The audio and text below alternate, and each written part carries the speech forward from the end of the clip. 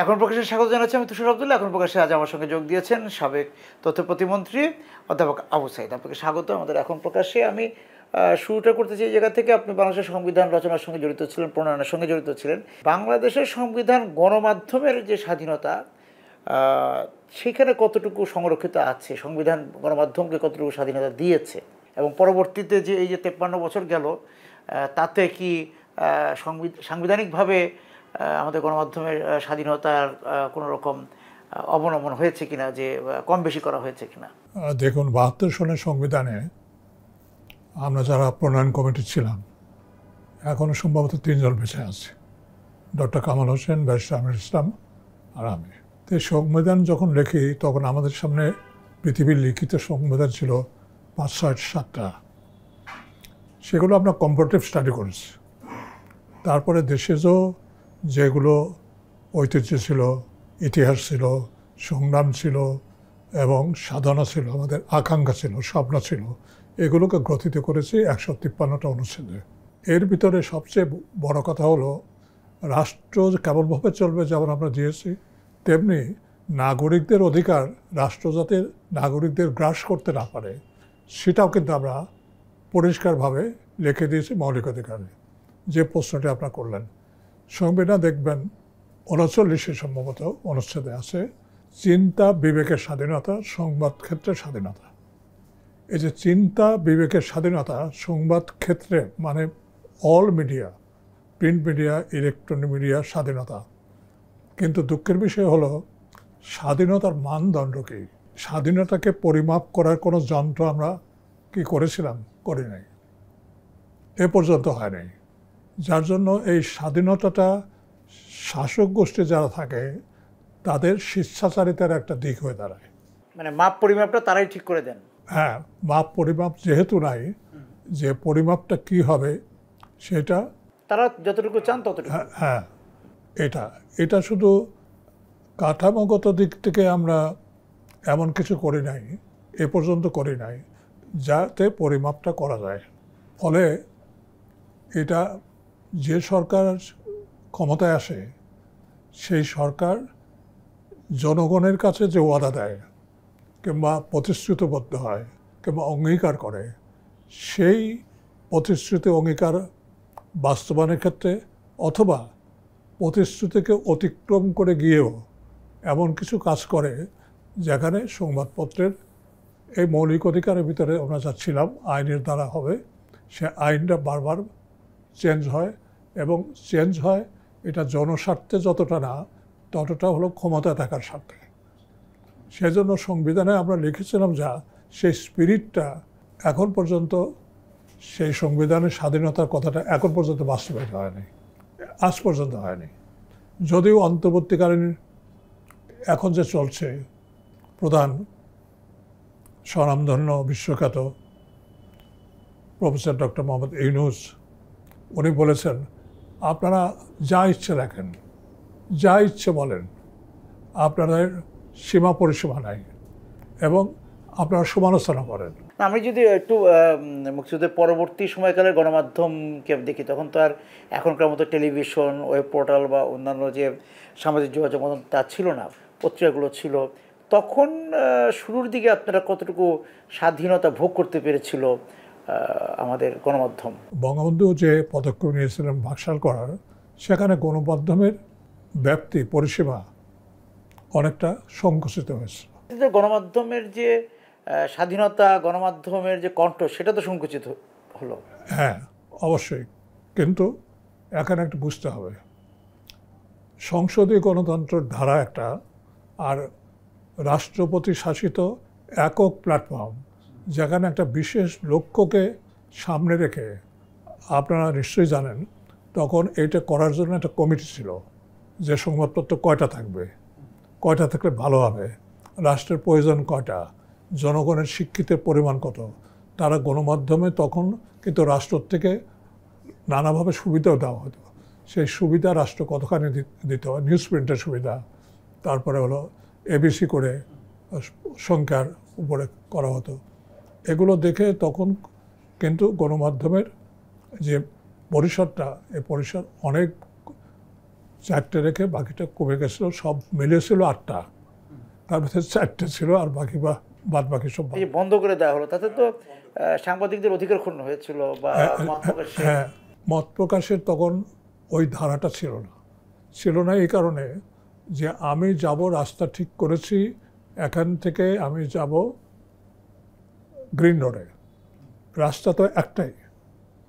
এই রাস্তায় যাওয়ার জন্য, এই রাস্তায় যাওয়ার যে বাধাগুলো আছে সেগুলো অপসারণ করার জন্য, জনমত তৈরি করার জন্য যতটুকু প্রয়োজন, গণমাধ্যমের স্বাধীনতা সংকুচিত হলেও ওই জায়গাটায় তারা স্বাধীন ছিল। রাষ্ট্র যেরকম চেয়েছে সেইভাবে অতটুকু পরিসর দেওয়া হয়েছে। সমাজতান্ত্রিক একটা সমাজ কাঠামো, সমাজতান্ত্রিক একটা ব্যবস্থা, শোষিতের গণতন্ত্র প্রতিষ্ঠা, এই যে ধনীদের গণতন্ত্র নয়, শোষিতের গণতন্ত্র, সাধারণ মানুষের গণতন্ত্র প্রতিষ্ঠার যে লক্ষ্য নিয়ে আমরা মনে করেছিলাম যে এত সংবাদপত্র দরকার নাই, যেমন চীনে নাই, সোভিয়েত রাশিয়া নাই। আপনাদের দৃষ্টিভঙ্গিটা ছিল গণতন্ত্র থেকে আপনার সমাজতন্ত্রের সমাজতন্ত্র সেই চোখে দেখতে গিয়েছিলেন, এবং রাষ্ট্রর ওই তাহলে কি সেই সময় গণমানুষের জন আকাঙ্ক্ষার কথা সমালোচনা সহ্য করার সেই সহিষ্ণুতাটুকু ছিল না? না, সেটা ওই যে চিন্তা বিভিন্ন মানুষের বিভিন্ন রকম হয়, সেই চিন্তার অধিকারটা খর্ব হয়েছিল বিভিন্ন কৌণিক দৃষ্টিকোণ থেকে। চিন্তার ব্যাপারটা হলো আমি ভাববো, আমি চিন্তা করব, একটা সম্ভাবনা হবে, সেই সম্ভাবনার দরজা খুলে যাবে, সেই সম্ভাবনার দরজা দিয়ে শতফুল ফুটুক, কোনো অসুবিধা নেই। কিন্তু সেই জায়গাটায় অনেকটা বাধাগ্রস্ত করা হয়েছে। কিন্তু পরবর্তীতে আপনি কি দেখলেন যে এই উদ্যোগ যে নেওয়া হয়েছিল সেটা কি সফল হলো? না, সেই উদ্যোগে বঙ্গবন্ধু হত্যার পরে এটা থাকে নাই। পরে তো সামরিক শাসনের সাথে সংবাদপত্রের সবসময় কন্ট্রাডিকশন থাকে। তারা তো যেগুলো প্রোক্লামেশন ডিক্লেয়ার করে তার বাইরে যে আইন করেছে, যেমন ওখানে বলা হলো জিয়া রহমানের আমলে চিহ্ন, কথাবার্তা, চিহ্ন, প্রতীক কোনো কিছু দিয়েই সরকার কিংবা রাষ্ট্রের বিরুদ্ধে কোনো কিছু বলা যাবে না, বললে রাষ্ট্রদ্রোহিতার অভিযোগে অভিযুক্ত হবে। সেখানে তার সংবাদপত্রের স্বাধীনতা পৌঁছে আসে না। যতটুকু স্বাধীনতা ছিল, ওখানে বাকশালের 4টে প্রোগ্রাম ছিল। 4টে প্রোগ্রাম হলো জাতীয় ঐক্য একই ধারায় নিয়ে যেতে চেয়েছিলেন, কিন্তু সবাইকে নিয়ে যে জাতীয় ঐক্য এই জায়গাটায় হয় নাই। সব মতকে নিয়ে যা জাতীয় ঐক্য, আপনি যে শুধু নিজস্ব মত নিয়ে এগিয়ে যাওয়ার চেষ্টা ছিল। আমরা বিরতিতে যাচ্ছি, ফিরে এসে আপনি সামরিক শাসন বন্ধ করেন। আমরা তারপর একটা বড় সময় কিন্তু হোসেন মোহাম্মদ এরশাদের সময়কালটা দেখেছি, সেই সময়েরও আমরা গণমাধ্যমকে দেখেছি, সেইটা নিয়ে আমরা আলোচনা করব বিরতি থেকে ফিরে এসে। দর্শক, এখন প্রকাশ্যে বিরতিতে যাচ্ছি, ফিরে এসে কথা হবে। সঙ্গে আছেন অধ্যাপক আবু সাঈদ।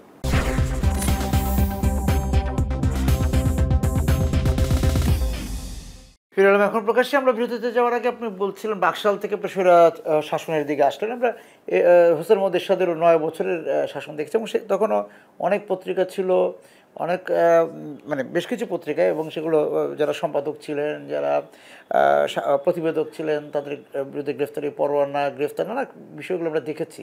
তার মধ্যে একটা লড়াই সাংবাদিকরা করার চেষ্টা করেছেন। সেই জায়গা থেকে ওইখানে আপনি কি দেখবেন ওই সময়কালটাকে? দেখেন, এই লড়াইটা নতুন না, সংবাদপত্র সবসময় সংগ্রাম করেছে।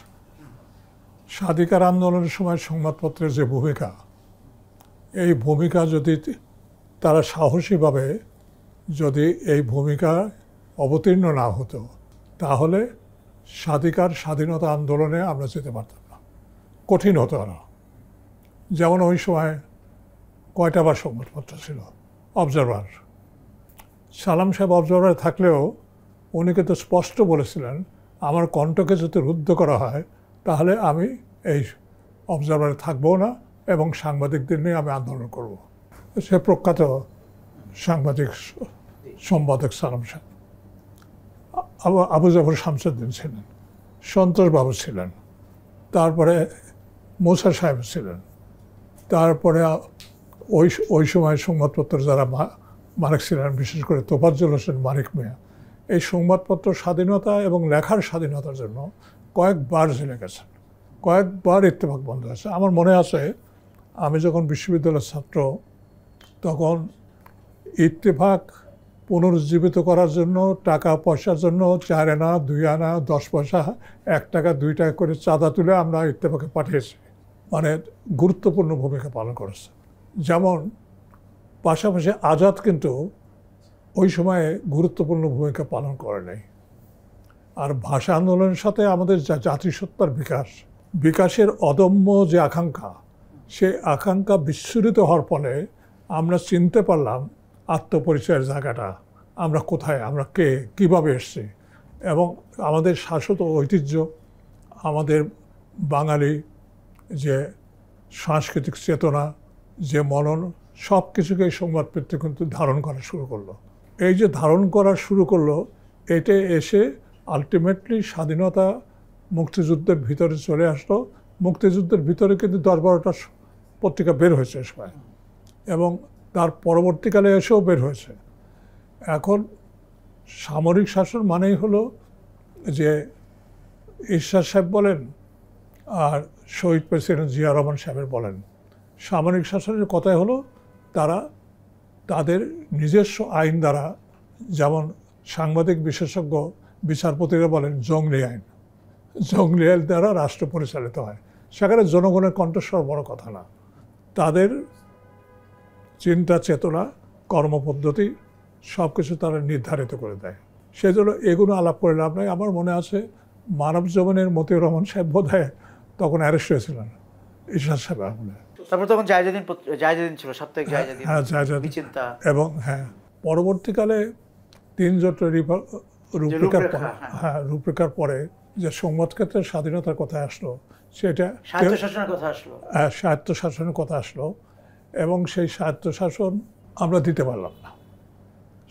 আমরা ক্ষমতায় এসে, আমার কথা এখন বলি, আপনি যখন 96-তে আসলেন, এসে আমি স্বায়ত্তশাসন দেওয়ার জন্য, যেহেতু এটা জাতীয় দাবি, বিশেষ করে মধ্যবিত্তের দাবি এবং এলিট সোসাইটির, সিভিল সমাজের একটা দাবি ছিল, বিটিভি এবং রেডিওকে স্বায়ত্তশাসিত দেওয়ার অন্য কোনো গণমাধ্যম ছিল না, সেজন্য স্বায়ত্তশাসন দেওয়ার জন্য আমি একটা কমিশন করেছিলাম আসাদুদ্দৌলা নেতৃত্বে।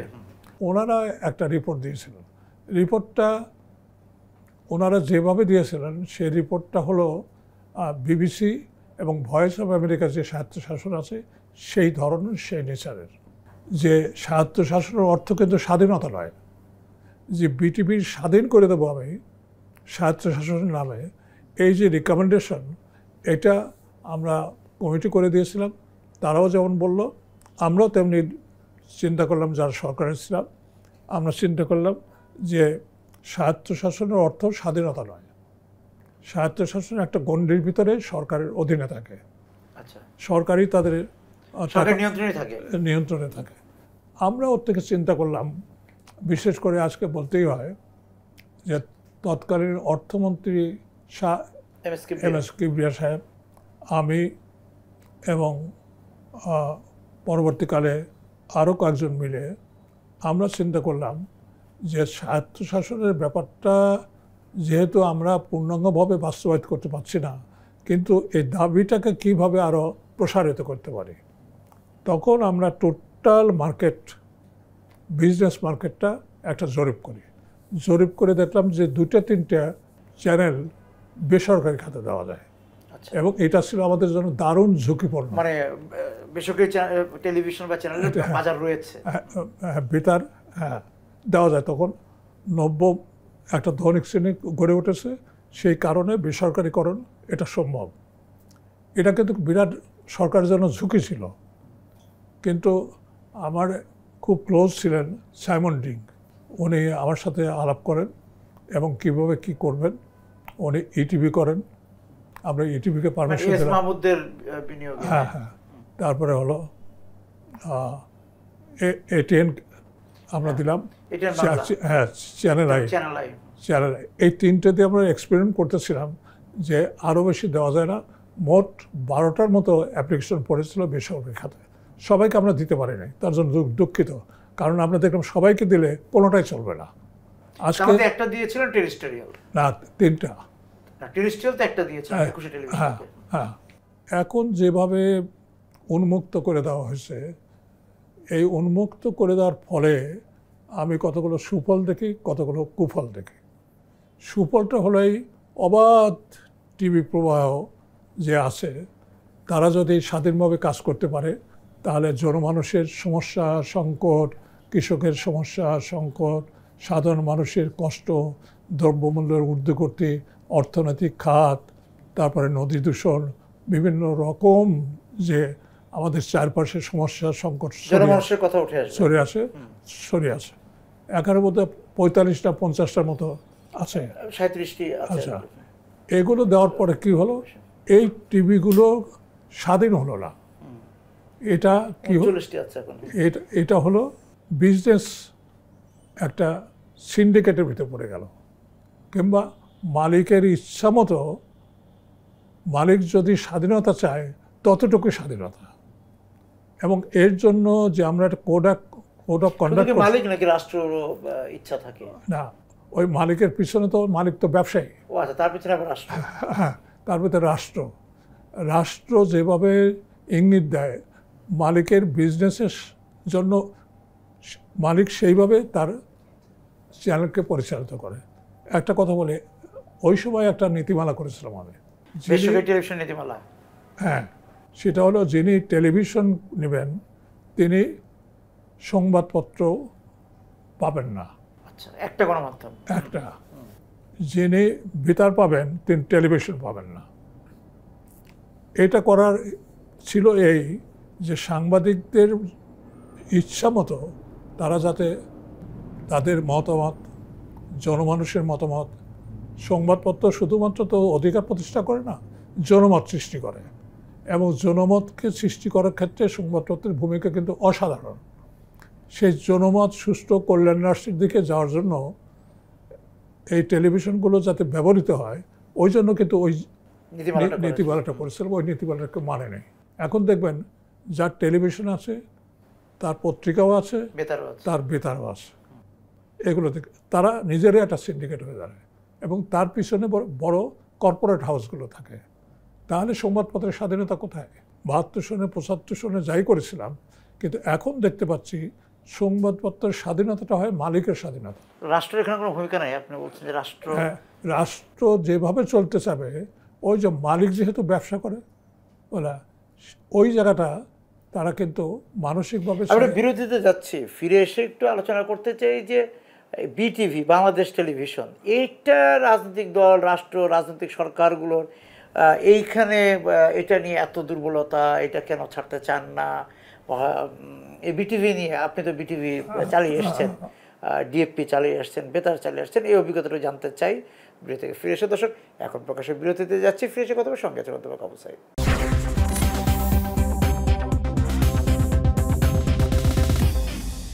ফিরে এলাম এখন প্রকাশে।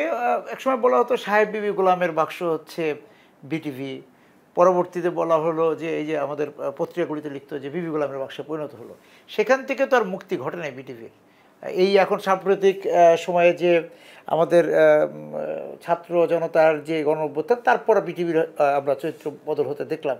তার আগে যে রাজনৈতিক সরকারগুলো এসছিল তারা কিন্তু খুব একটা বদল আমরা হতে দেখিনি। সেই একই চক্রে ঘুরেছে, বৃত্তে ঘুরেছে। কেন আপনারা বিটিভিকে এভাবে ব্যবহার করেন কেন? আসলে নিজেকে প্রকাশ করার যে মানে প্রজন্মগত একটা মানে ইচ্ছা, অভ্যাস চিরচারিতভাবে চলে আসছে। টিভিতে নিজেকে দেখানো, প্রকাশ করা, প্রচার করা, হ্যাঁ, এইসব কারণেই একটা মনস্তাত্ত্বিক দিক আছে। আর 2 নম্বর হলো সরকারের উন্নয়ন কর্মকাণ্ড সাধারণত মানুষের কাছে দৃশ্যমান করার জন্য সরকারিভাবে একটা টিভি দরকার।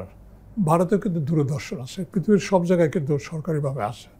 বাংলাদেশের সমস্যা ছিল, আমি এসে যা দেখলাম, যে এটা না ছিল তার কারিগরি দিকে উন্নত, না ছিল তার ব্রডকাস্টিং সিস্টেম, না ছিল রিপোর্টিং সিস্টেম, না ছিল জবাবদিহি করার কোনো বিষয়। সেজন্য প্রথমে আমি জায়গার সাথে করে ব্রডকাস্টিং সিস্টেম, রিপোর্টিং সিস্টেম এগুলো শুরু করলাম এবং দেখলাম যে জনবল যত আছে সেই অনুপাতে এখানে কার্যক্রম খুব কম এবং বেশ কিছু ছাঁটাই করলাম, লোক বেশি, কার্যক্রম কম। হ্যাঁ, এবং আর একটা জিনিস আমি দেখলাম যে প্রধানমন্ত্রীকে মানুষের সামনে জবাবদিহি করার কোনো ব্যবস্থা নাই। এক পার্লামেন্টে বক্তৃতা করা ছাড়া জবাবদিহি করার কোনো ব্যবস্থা নাই। তখন একটা অনুষ্ঠান চালু করলাম, প্রতি 3 মাস পর পর হতো। সেটা হলো সবিনয় নিবেদন। এই যে আনিসুল হক সাহেব ছিলেন, উনি চালাতেন, আরও যারা আছে তারা উন্মুক্ত প্রশ্ন আহ্বান করতেন। দর্শকদের ভিতরে যে প্রশ্ন আসতো, প্রধানমন্ত্রী যেহেতু নির্বাহী প্রধান, তিনি উত্তর দিতেন। এই যে জবাবদিহিতার একটা বিষয় চালু করলাম, তার সাথে সাথে আর একটা করলাম। আগে পার্লামেন্ট টিভি ছিল না। পার্লামেন্ট থেকে সরাসরি প্রচার করার জন্য, সরাসরি সম্প্রচার করার জন্য আমি একটা ব্যবস্থা করলাম। কিন্তু ইরশাদের আমলে কিংবা জিয়া রহমানের সময় নয়, ইরশাদের আমলে একটা রাউন্ড আপ করতো, পার্লামেন্ট রাউন্ড আপ করতো। তাদের ইচ্ছা মতো জনগণের কাছে পার্লামেন্টে কী হচ্ছে সেটা পৌঁছে দিত। আমি বললাম না, এটা হবে না। পার্লামেন্টে কী কথাবার্তা হচ্ছে, বিশেষ করে সরকারি দল এবং বিরোধী দলের নেত্রী কী কথা হচ্ছে, এটা লাইভ যেতে হবে। এবং এই লাইভ দিতে গিয়ে অনেকগুলো বিরূপ সমালোচনার সম্মুখীন হয়েছে। যেমন শহীদ মিনারে দেখা গেল একটা দল উঠে ফুল টুল ছিঁড়ে জুতো টুতো পায়ে দিয়ে উঠে অপমান অপদস্থ এগুলো করলো। বিটিভিটা লাইভ দেখালো। দেখার পরে পার্লামেন্টে তুমুল বিতর্ক। এটা এটা ভালো, কারণ যে সবচেয়ে বড় কথা হলো, যত সমালোচনা হবে তত আমি পরিশুদ্ধ হব। কিন্তু এই যে সবিনয় নিবেদন তো বেশি দিন চলে না, এটা তো একটা কয়েকটা পর্ব বন্ধ হয়ে গেল। আর এই যে আপনি বললেন যে দেখানো, আপনি না, দূরদর্শন, তারপরে আমি আরেকটা কাজ করছি। টেলিভিশনের সাথে সাথে রেডিওতেও কিন্তু জবাবদিহিতামূলক প্রধানমন্ত্রী প্রতি মাসে, ওই আইব খানের মতো ভাষণ না, কৃষকরা কী কাজ করছে ওই জায়গা গিয়ে তাদের কাছে অসুবিধাটা কি এটাও শোনার জন্য একটা করেছেন, কিন্তু কোনোটাই তো আসলে স্থায়ী হয়নি। না, ওটা একটা পর্যন্ত আমি নিয়ে আসছিলাম, তারপর তারপর তো হয়নি। যেটা বললেন যে দূরদর্শনের কথা বললেন বা আকাশবাণীর কথা, সেখানে তো আর এত মানে প্রধানমন্ত্রী থেকে আরম্ভ করে মানে একটা বুলেট একটা ধরে, আমি যদি খবরের কথাই বলি, সংবাদের কথা বলি, প্রধানমন্ত্রী দিয়ে শুরু করে একদম উপমন্ত্রী মতো প্রতিদিনই এই যে এত, এটা কি আসলে সাধারণ মানুষ বা দর্শক কি সেটা দেখার অপেক্ষা থাকতেন, বা দর্শকের কাছে কোনো গ্রহণযোগ্যতা ছিল, নাকি জোর করে দর্শকদেরকে জানানো দেখানোর প্রয়াস? আমার মনে হয় এটা এটা একটা জুলুম। আমার মনে হয় এটা একটা জুলুম, যে কিছু নেই অন্তত এইটুকু দেখো। দূরদর্শন সেইভাবে আসে, বিটিভি সেইভাবে আছে, কোনো চ্যানেল ছিল না। তবে বিটিভির একটা দিক ছিল, তারা যে অনুষ্ঠানমালা করতো সংবাদবাদে, অনুষ্ঠানমূলক করতো, সেটা কিন্তু ঐতিহাসিক এবং সর্বজনকার্য এবং চমৎকার। এবং সেই অনুষ্ঠানগুলো এখন পর্যন্ত কিন্তু জনকার্য আছে। সেজন্য বিটিভির শুধু সংবাদ নিয়ে যে প্রশ্ন ছিল, সংবাদ প্রাপ্তির ক্ষেত্রে যে প্রশ্ন ছিল, সংবাদ ডিসিমিনেশনের ক্ষেত্রে যে অসুবিধা ছিল, এই জায়গাটায় ক্রিটিসিজম হয়েছে। না, কিন্তু যে আপনি যেই সরকারের অধীনে ছিল, সেই সরকারের এই যে সভানেত্রী বা প্রধানমন্ত্রী কিন্তু বলেছিলেন যে আমাকে টেলিভিশনে এত দেখা যাবে না। পরবর্তীতে দেখা গেলো আপনারা সেই ঠিকই প্রধানমন্ত্রীকে একটু দেখালেন, যে আমাকে, এগুলো আমরা ইউটিউবে পরবর্তীতে দেখেছি বা তখন অনেক কথা শুনেছি যে মানে আমার এত ছবি বা আমার এত কর্মকাণ্ড বিটিভিতে যাবে না। কিন্তু আপনারা কিন্তু সেই জায়গাতে ছাড় দেননি বা সংযমী হননি। রাজনীতিতে মুখের কথা একটা, আর মনের কথা একটা, আর করার কথা একটা। এসব মিলিয়েই প্রতিটি ব্যক্তি কিন্তু তার ফোকাস চায়। তবে আমি মনে করি বেশি প্রচার এবং প্রসার এবং বেশি ছবি দেখালেই যে সে বড় নেতা হয়ে যায়, এমন না। এটা তো প্রচার না, প্রোপাগান্ডা বলবেন, একদম propaganda. Propaganda is a part of publicity. কিন্তু যে মানুষ, আপনি যেটা বললেন যেটা জুলুম হয়ে যায়, যেটা যেই বিষয় মানুষ নিচ্ছে না, হজম করছে না, সেটা আপনি কেন দর্শকদের উপর চাপিয়ে দিচ্ছেন আপনার ওইটা নিউজে যাজন ডাইভার্সিটি নিয়ে আসা হলো, যে কৃষককে নিয়ে আসা হলো, শ্রমিকদের অসুবিধা কি নিয়ে আসা হলো। সবচেয়ে অসুবিধা ছিল কি জানেন? বিটিভিতে কোনো রিপোর্টিং, অনুসন্ধানে প্রতিবেদন কোনো সেলই ছিল না। তারপর আপনি এবার যদি পত্রিকার ক্ষেত্রে, পত্রিকা বিজ্ঞাপনের ক্ষেত্রে আমরা দেখেছি ডিএপি, হ্যাঁ, এই সেগুলো এখনও মানে সর্বশেষ পর্যন্ত ছিল যে যে পত্রিকাগুলোকে কেউ চিনে না তারা বিজ্ঞাপন বেশি পেত। এই জায়গাগুলো আপনারা তো ছিল। আমি একটা নীতিমালা করেছিলাম। নীতিমালাটা হলো যে এটা আমি অনেকটা ইন্সপায়ার্ড হয়েছিলাম মমতাজউদ্দিনের রিপোর্টের কারণে, সংবাদপত্রে রিপোর্ট করতেও। আবার আসতে চাই যে আপনি তো 2001-এ ছেড়ে দিলেন, তারপর তো আবার 4 দলীয় জোট সরকার আসলেন, তাদের একটা আমরা দেখেছি যে গণমাধ্যম তাদের হাতে। কিন্তু পরবর্তীতে যখন আবার আওয়ামী লীগ সরকার আসলো এবং টানা এই যে 15 বছরের মতো থাকলেন, তাদের সময়কার গণমাধ্যম আপনি কীরকম দেখলেন? দেখেন, এটা তখন তো আবার আপনি ওই দলের সঙ্গে নাই।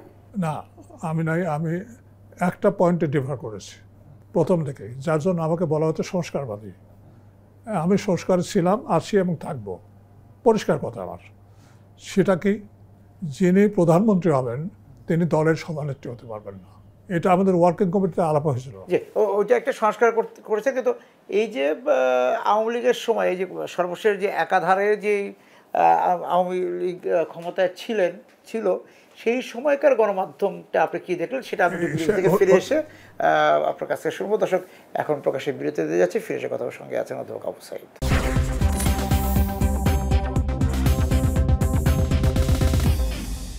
ফিরোজ, এখন প্রকাশ্যে বলছিলাম 2008 থেকে যে সর্বশেষ সরকারের পতন পর্যন্ত, আওয়ামী লীগ সরকারের পতন পর্যন্ত যে গণমাধ্যম, তাকে আপনি কীভাবে দেখেছেন? আমি বলেছি, আমাদের ভিতর আলাপ হয়েছিল, যিনি প্রধানমন্ত্রী হবেন তিনি দলের প্রধান হবেন না। এই জায়গাটা যদি হতো তাহলে দল এবং সরকার এক হতো না। দল আর সরকার এক হওয়ার ফলে কর্তৃত্ববাদী শাসন হয়। কারণ যিনি দলের নেতা তিনি নির্বাহী প্রধান, তিনি সংসদ নেতা, এসব মিলিয়ে রাষ্ট্রটা এমন অবস্থা হয়, রাষ্ট্রীয় ক্ষমতাটা কর্তৃত্ববাদী শাসনের দিকে ধাবিত হয়। এবং এই 15 বছর তাই হয়েছে। আমি যদি একসাথে বলতে পারি, যখন আমরা সংস্কারের কথা বলছিলাম, সেই সংস্কারের কিন্তু বিভিন্ন দিকে আজকে সংস্কারগুলো হচ্ছে। আমি এই সংস্কারগুলো কিন্তু সমর্থন করি এবং এই সংস্কারগুলো হোক, এটা আমি চাই। নির্বাচনটাই বড় কথা না, সংস্কারের ভিত্তি যাতে দাঁড়িয়ে যায়, তারপরে নির্বাচন করলে গণতন্ত্র রক্ষা পাবে। মূল কথা হলো গণতান্ত্রিক পদ্ধতি, গণতান্ত্রিক সমাজ, এবং গণতন্ত্র থেকে আমরা বৈষম্যমূলক শোষণমুক্ত একটা সমাজ নির্মাণ করব। 71-এ মুক্তিযুদ্ধ আর এই বৈষম্য বিরোধী ছাত্র আন্দোলন, এর ভিতর পার্থক্য নাই, এর ভিতরে সামঞ্জস্যপূর্ণ দিক আছে এবং পারস্পরিক এটা ধারাবাহিকতার একটা অংশ। সেই জন্য আমি যেটা মনে করি সেটা হলো এই, যে এখন যারা ক্ষমতাসীন আছেন, অর্থাৎ উপদেষ্টা মণ্ডলী আছেন, প্রফেসর ইউনূসের কথা যাতে মনে করি যে আমাকে সমালোচনা করেন, তাহলে অনেকগুলো কাজ তাকে করতে হবে মিডিয়ার ক্ষেত্রে। যেমন এখন পর্যন্ত একটা আপনার অ্যাক্রিডিটেশন কার্ড তথ্য অধিদপ্তর দেয়। তথ্য অধিদপ্তর দেয়, তখন আমি একটা ছোট কমিটি করে দিয়েছিলাম, কারা সাংবাদিক এই কার্ড পাবে, কারা পাবে না, এটা নির্ধারণ করে দেবে। এখন অ্যাক্রিডিটেশন কার্ড দেওয়া না দেওয়ার ক্ষেত্রে আমি দেখতে পাচ্ছি যে অনেক সাংবাদিক তাদের অ্যাক্রিডিটেশন কার্ডটা আজকে নাই, আবার অনেককে ব্ল্যাক লিস্টেড করা হয়েছে। এইটা কিন্তু সংবাদপত্রের স্বাধীনতার সাথে যায় না। সংবাদপত্রের স্বাধীনতা করতে হলে আরেকটা জিনিস আছে, সেটা হলো সাইবার ক্রাইম। এই ব্যাপারেও আমি মনে করি শুধু সরকার করবে তা না, সরকারের সাথে সাংবাদিক থাকতে হবে, সাংবাদিক নেতৃবৃন্দ থাকতে হবে, জনমত থাকতে হবে, সুশীল সমাজ থাকতে হবে। তাদের নিয়ে বড় ধরনের একটা গুরুত্বপূর্ণ এবং দক্ষ কমিটি করে আইনটা কিভাবে হবে আমার দেশের উপযোগী করে, বিদেশের না, আমার দেশের উপযোগী করে, কেমন করে এই সংবাদপত্র নিয়ন্ত্রণ না, সংবাদপত্র বিকাশের ক্ষেত্রে আরও বেশি অগ্রসর হওয়া যায় এবং সাংবাদিকতা, যেটাকে আমরা বলে হলুদ সাংবাদিকতা, সেটা বাদ দেওয়া যায়। 2008 থেকে এই যে সরকার ছিল 2024-এর এই গণ অভ্যুত্থানের আগ পর্যন্ত, 5ই আগস্ট পর্যন্ত, সেই সরকারের সময়ের গণমাধ্যমকে আপনি কীভাবে দেখেছেন? আপনি তো তখন তথ্য মন্ত্রণালয় নাই বা সরকারের সঙ্গে নাই। সরকারের সঙ্গে নাই। আমি আরেকটা বলি, সেটা হলো দেখেন, সাংবাদিকরা কিন্তু যখন স্বার্থের পিছনে ছোটে তখন কিন্তু সাংবাদিকরা বিভক্ত হয়ে যায়। সাংবাদিকরা যখন আদর্শের দিকে থাকে তখন কিন্তু একত্রিত থাকে এবং তাদের লক্ষ্য যদি ঠিক থাকে যে আমি স্বাধীন সাংবাদিকতা করব, তখন কিন্তু তার ঐক্যবদ্ধ থাকে। এই বঙ্গবন্ধু হত্যার পর থেকে দেখবেন সাংবাদিকরা 2 ভাগে ভাগ হয়ে গেল। 2 ভাগে ভাগ হয়ে যাওয়ার ফলে সাংবাদিকদের যে সম্মিলিত একটা শক্তি, সেই শক্তি কিন্তু দ্বিধাবিভক্ত হয়ে গেল। সেই শক্তি নিয়ে রাজনীতিবিদরা যারা আমরা রাজনীতি করি আমাদের খেলা করার সুবিধাটা হয়ে গেল। মানে সাংবাদিকদের নিয়ে আপনারা খেলাধুলা করেন। হ্যাঁ, খেলাধুলার একটা সুবিধা হয়ে গেল। এই যুগের সরকার কিন্তু ছিল আওয়ামী লীগের সরকার না, এই যুগের সরকার ছিল শেখ হাসিনার সরকার।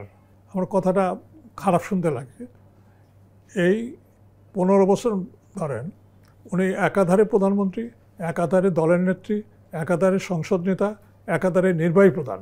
এটি হওয়ার কর্তৃত্ববাদী শাসনের মূল কথাই হলো সমস্ত ক্ষমতাকে কেন্দ্রীভূত করা, গণমাধ্যম সহ। এই যে কেন্দ্রীভূত করার ফলে দেখা গেল সাংবাদিকরা ওখানে গিয়ে প্রশ্ন করতো না, বন্দনা করতো। আমি যেহেতু একসময় আমি সাংবাদিকদের সাথে জড়িত ছিলাম, আমি একসময় সংবাদপত্র, সাপ্তাহিক সংবাদ ছিল রাজনীতি, মানে 75-এর পরে আওয়ামী লীগের কথা বলার কেউ ছিল না, তখন আমি একটা পত্রিকা বের করছিলাম সাপ্তাহিক রাজনীতি। সে যাই হোক, জিয়ার মৃত্যুর পর ওটা বাদ। আমি দেখলাম যে এই যে বিষয়গুলো ঘটছে সেটা একটা কারণে, ক্ষমতা আছে যার কাছে, মৌমাছি সেখানে দৌড়াবাই। সাংবাদিকদের ভিতরে যারা সুবিধাবাদী এবং স্বার্থন্বেষী এবং আদর্শ দ্বারা তাড়িত নয় এমন কিছু লোক তাকে ঘিরে ফেলল। সবাই যে সেই উদ্দেশ্যে গেছে তা না, কিন্তু প্রশ্ন করার কর্তৃপক্ষবাদী শাসনের কথা হলো সব কিছুকে নিয়ন্ত্রণ করা, সংবাদপত্রকে নিয়ন্ত্রণ করা, সাংবাদিকদের নিয়োগ করা, সাইবার অ্যাক্ট করা, ডিজিটাল অ্যাক্ট করা, তার থেকে সাইবার অ্যাক্ট, এগুলো নিয়ন্ত্রণ করে সাংবাদিকদের মুখ কণ্ঠস্বর যাতে বন্ধ হয় সেই ব্যবস্থা নিয়েছিল। এখন আপনাদের সর্বশেষ জানতে চাই যে এখন তো বিভিন্ন রকম সংস্কার চলছে, গণমাধ্যম সংস্কার নিয়ে কথা হচ্ছে, আপনার প্রস্তাবনা কি সংস্কারের ক্ষেত্রে, যদি এক দুটি বলেন? সাংবাদিকদের মুক্ত করতে হবে, সংবাদ ক্ষেত্রকে মুক্ত করতে হবে এবং মুক্ত পরিবেশের ভিতরে আলোচনা করে সাংবাদিকদের জন্য একটা কোড অফ কন্ডাক্ট যাতে করতে পারে, তাহলে আগামী দিনে বাংলাদেশ এগিয়ে যাবে। গণতন্ত্রের ভিত্তিতে কি করে একটা সংবাদপত্রের স্বাধীনতা নিশ্চিত করা যায় তার একটা ভিত্তি রচিত হবে। জি, আপনাকে অনেক ধন্যবাদ আজকে আমাদের সঙ্গে যোগ দেওয়ার জন্য। দর্শক যারা ছিলেন আজকে এখন প্রকাশের সঙ্গে, আপনাদেরকে ধন্যবাদ জানিয়ে শেষ করছি আজকের এখন প্রকাশ।